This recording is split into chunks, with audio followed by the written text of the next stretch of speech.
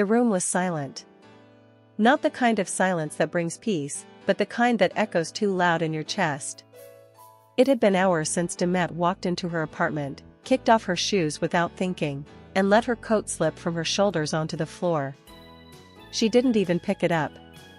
She just stood there, key still in hand, staring at the hallway. She had a feeling. It wasn't something she could explain with logic, or even with emotion. It was just a knowing. A cold realization that seeped in through the cracks of her mind, slowly flooding every thought. He was gone. But not just physically. Not in the way people leave for a shoot, or fly to another country for a while. No. This was different. He was never coming back.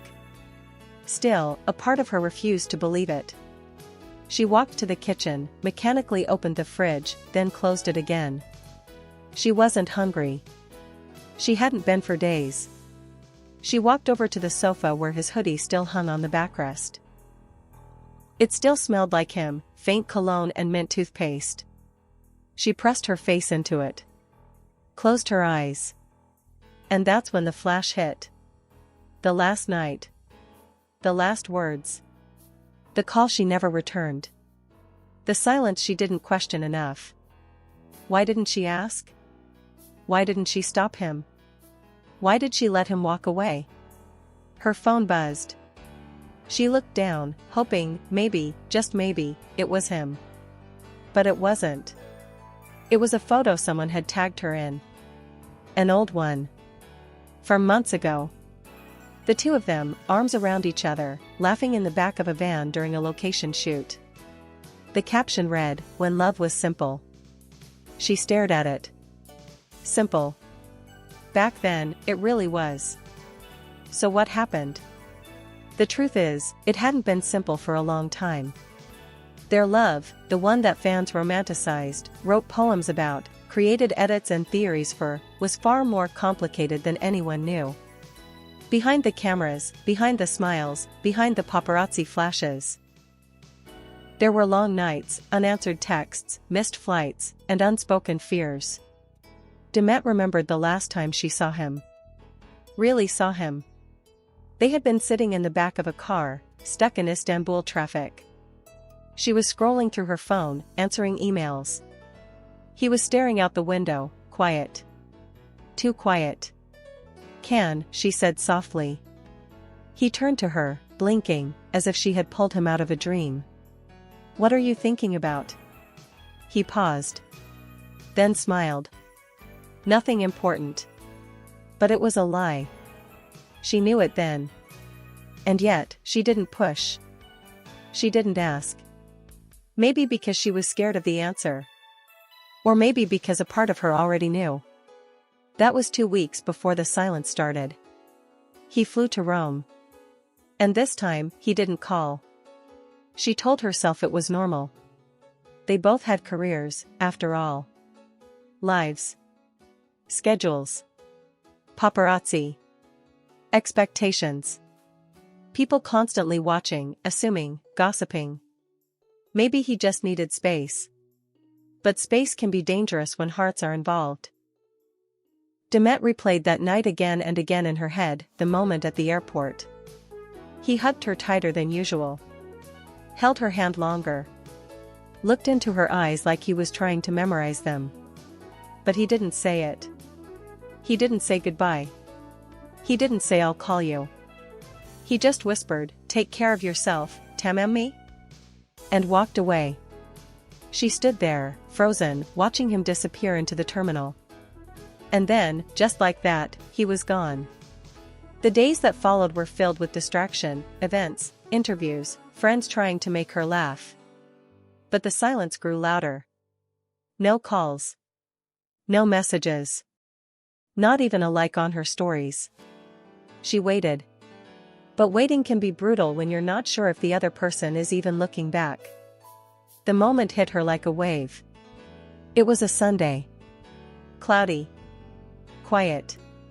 She was sitting on the floor of her bedroom, organizing a drawer she hadn't touched in months. And then she saw it, a handwritten note tucked between old scripts. His handwriting. She unfolded it carefully. It wasn't a love letter. Not really. Just a note he'd left months ago, before an early morning shoot. Don't forget to eat. And don't stay up all night reading scripts. You look tired when you don't sleep. Also, I left you coffee in the thermos. I love you. That last line. She stared at it, her breath caught in her throat. And that's when it happened. That's when she knew. Not because of what the note said, but because of what she felt reading it. Distance. It didn't feel warm anymore. It didn't feel alive. It felt like a memory. And that was the moment. The exact moment she realized. He was never coming back. Nights were colder now, not because the weather had changed, but because something inside her had. Demet couldn't fall asleep the way she used to. Her bed felt too big. The air too still. Sometimes she'd lie awake for hours, replaying memories she wasn't even sure were real anymore. Did he really say that to her that night? Did he smile like that, or was it her mind romanticizing a broken goodbye? There was a photo she hadn't looked at in months. It was framed, tucked away in a drawer. The two of them in bedroom, barefoot in the sand, his arm around her shoulders, her head leaning into his chest.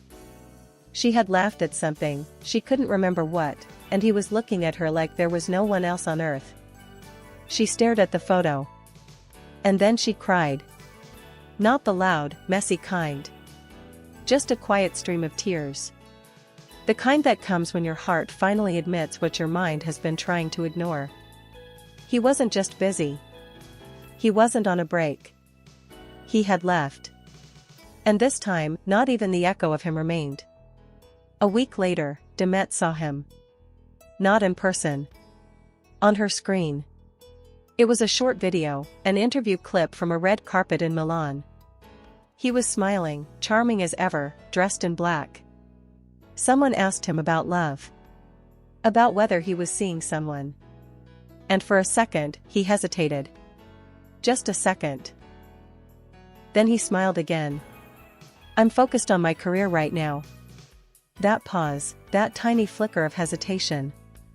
It cut her more deeply than 1,000 words ever could. Because in that hesitation, she saw it. Regret. Or maybe guilt. But not love. Not the kind that waits. Not the kind that sends one last message, or picks up the phone when it rings at 2 a.m. She shut her laptop. Closed her eyes. And whispered, "Why didn't you just tell me?" Because the not knowing, that was the cruelest part. She would have understood. She could have handled goodbye. But silence? It haunts you. Days passed. And then something strange happened. She stopped checking her phone. She stopped listening for his footsteps in the hallway. Stopped imagining his name lighting up on her screen. She started going on walks again. Long, aimless ones. Just her and the city. Just her and the thoughts that no longer crushed her. One afternoon, she found herself near that old cafe. The one where they used to meet before shoots. The one where he'd always order her favorite drink before she even sat down. She paused outside. Looked in. A couple was sitting in their usual spot, laughing softly, sharing headphones. And in that moment, something clicked. It wasn't pain. It wasn't rage. It was release. Not because she stopped loving him. But because she stopped waiting. Later that night, she sat by the window. A breeze slipped through the curtains, brushing gently against her face. The city buzzed below, horns, laughter, life moving on. She watched a plane blink across the sky and wondered if he was on it. Or if he was somewhere far, living a version of life that no longer included her. And that was okay. Because not every love story ends in closure. Sometimes the only ending you get is the moment you finally understand, it's over. Not loudly. Not with a scream. But with a quiet realization that the door will never open again. She looked around her apartment. Same walls. Same sofa. Same silence. But something had changed. She wasn't hoping anymore. She wasn't wondering. She wasn't waiting. She had found peace in the very moment that once broke her. The moment she realized he was never coming back.